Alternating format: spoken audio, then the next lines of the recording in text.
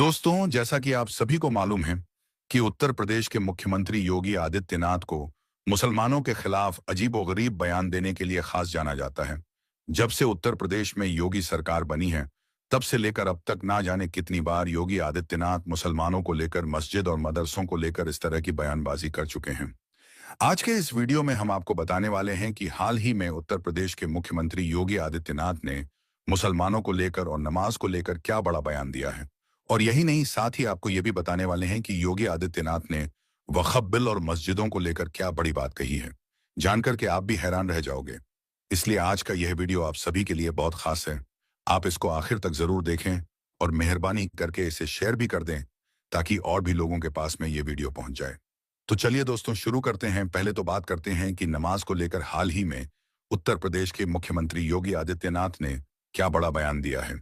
इसके बाद हम आपको बोर्ड के बारे में बताएंगे कि वक्त बिल पास होने के बाद सीएम योगी का क्या बड़ा बयान सामने आया है। दोस्तों, जैसा कि आप सभी को मालूम होगा कि योगी सरकार ने ईद की नमाज को लेकर रमजान में एक नियम बनाया था, जिसमें कहा गया था कि ईद के दिन कोई भी मुसलमान सड़क पर नमाज नहीं पढ़ेगा, और अगर कोई ईद की नमाज सड़क पर पढ़ता हुआ दिखाई दिया तो ऐसे लोगों का लाइसेंस और पासपोर्ट जब्त कर लिया जाएगा। और यही नहीं, ऐसे लोगों पर फिर सख्त से सख्त कार्रवाई भी की जाएगी। इसी नियम के चलते फिर आपको मालूम है कि ईद के दिन उत्तर प्रदेश में कहीं पर भी सड़क पर नमाज नहीं पढ़ी गई। मुसलमानों ने जैसे तैसे एडजस्ट करके अपनी नमाज पढ़ी, लेकिन सड़क पर नमाज नहीं पढ़ी गई।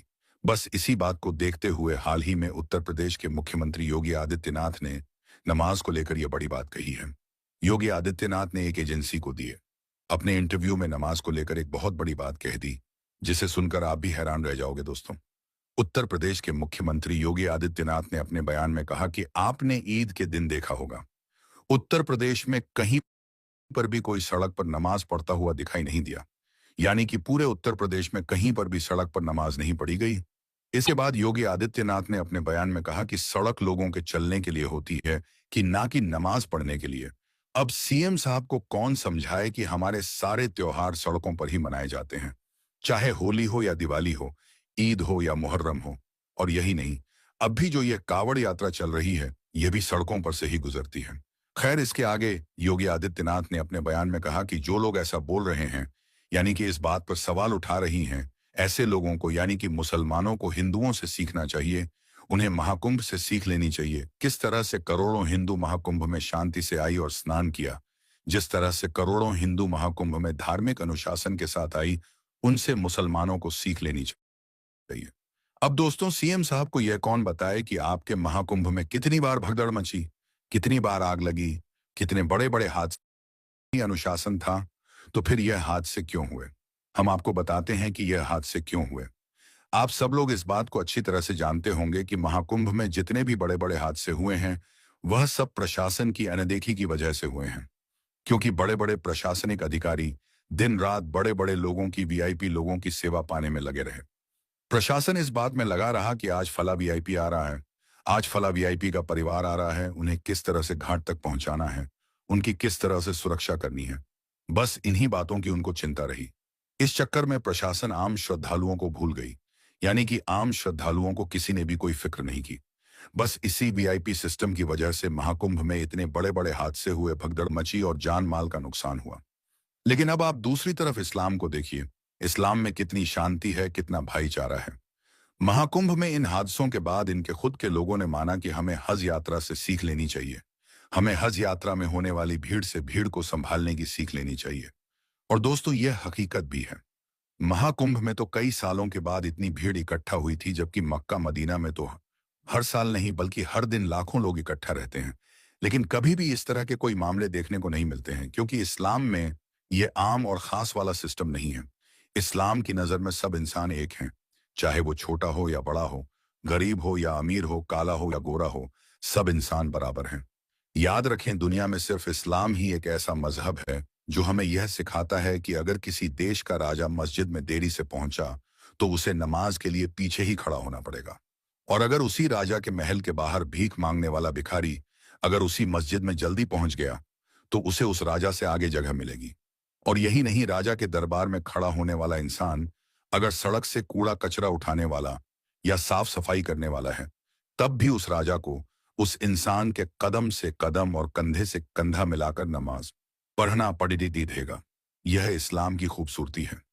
कुरान पाक में अल्लाह ताला इरशाद फरमाता है, ए लोगों, हमने तुमको एक मर्द से और एक औरत से पैदा किया है और फिर तुम्हारे खानदान और कबीले बनाए हैं ताकि तुम लोग एक दूसरे को पहचान सको। इसमें कोई शक नहीं है कि खुदा के नजदीक तुम सब में ज्यादा इज्जत वाला वही है जो सबसे ज्यादा परहेज हो। बेशक खुदा सब कुछ जानने वाला है और बाखबर है। याद रखें, इस्लाम में ऐसा नहीं है कि अगर कोई बड़ा आदमी आ गया या कोई वीआईपी आ गया तो उसके लिए रास्ते खाली करा दिए जाएंगे, उसके बैठने के लिए कोई अलग से जगह होगी, उसके चक्कर में बाकी आम लोगों को अलग कर दिया जाएगा। ऐसा इस्लाम में नहीं है। ऐसा तो हमारे यहाँ पर यानी कि भारत में ज्यादा होता है। यहाँ पर यह वीआईपी वाला सिस्टम चलता है और इसी सिस्टम की वजह से यहाँ पर महाकुंभ में यहाँ हादसे हुए थे। इसके बाद बहुत से लोगों ने यह आवाज भी उठाई थी कि हमें हद से इस बात की सीख लेनी चाहिए कि भीड़ को किस तरह से कंट्रोल किया जाना है। और इसके बाद महाकुंभ में ऐसा हुआ भी और यह वीआईपी वाला सिस्टम बंद भी करा दिया गया था। लेकिन इस वक्त योगी जी कह रहे हैं कि मुसलमानों को महाकुंभ से सीख लेनी चाहिए। खैर, इसके आगे उत्तर प्रदेश के मुख्यमंत्री योगी आदित्यनाथ ने अपने बयान में कहा कि अगर मुसलमानों को सुविधाएं चाहिए तो अनुशासन का पालन करना होगा। इसके अलावा सड़क पर नमाज की तुलना कावड़ यात्रा के साथ करने पर भी योगी आदित्यनाथ ने जवाब दिया कि कावड़ यात्रा हरिद्वार से लेकर गाजियाबाद और कई दूसरे शहरों तक जाती है। ऐसे में कावड़ यात्री तो सड़क पर ही चलेंगे। इसके बाद सीएम योगी आदित्यनाथ ने अपने बयान में कहा कि क्या हमने आज तक किसी मुस्लिम जुलूस को रोका है? क्या हमने आज तक किसी मुस्लिम जुलूस पर पाबंदी लगाई है? हाँ, ताजों की साइज थोड़ी कम करें क्योंकि ऊपर हाई टेंशन तार है जिसके चपेट में आने से बड़ा हादसा होने का खतरा होता है। इसके साथ ही हमने कावड़ यात्रा में डीजे की साइज को भी कम करने को कहा है। कानून सबके लिए बराबर है। इसके साथ योगी ने कहा कि नमाज पढ़ने की जगह मस्जिद या ईदगाह होती है, वहां पर जाकर ही नमाज पढ़ी जाए। के लिए चलने की जगह होती है, इसीलिए हम कभी भी किसी हाल में सड़क पर नमाज पढ़ने की अनुमति नहीं दे सकते और ना ही सड़क पर नमाज पढ़ी जाएगी। दोस्तों, अब आपको बताते हैं कि उत्तर प्रदेश के मुख्यमंत्री योगी आदित्यनाथ ने लेकर क्या बड़ा बयान दिया है। मुसलमानों की मस्जिद और मदरसों को लेकर सीएम योगी ने क्या कहा है जानकर कि आप भी चौंक जाओगे। इसलिए आप सबसे यह गुजारिश है कि आप इस वीडियो को बगैर स्किप किए आखिर तक आप इसे गौर से जरूर देखना। दोस्तों, जैसा कि आप सभी को मालूम है कि संसद में वह देश का बिल पास हो चुका है, यानी कि वक्त को लेकर अब भारत में नया कानून बन चुका है। अब बोर्ड में महिलाओं समेत गैर मुस्लिम भी शामिल होंगे। इस तरह की बातें इस बिल में जोड़ी गई हैं।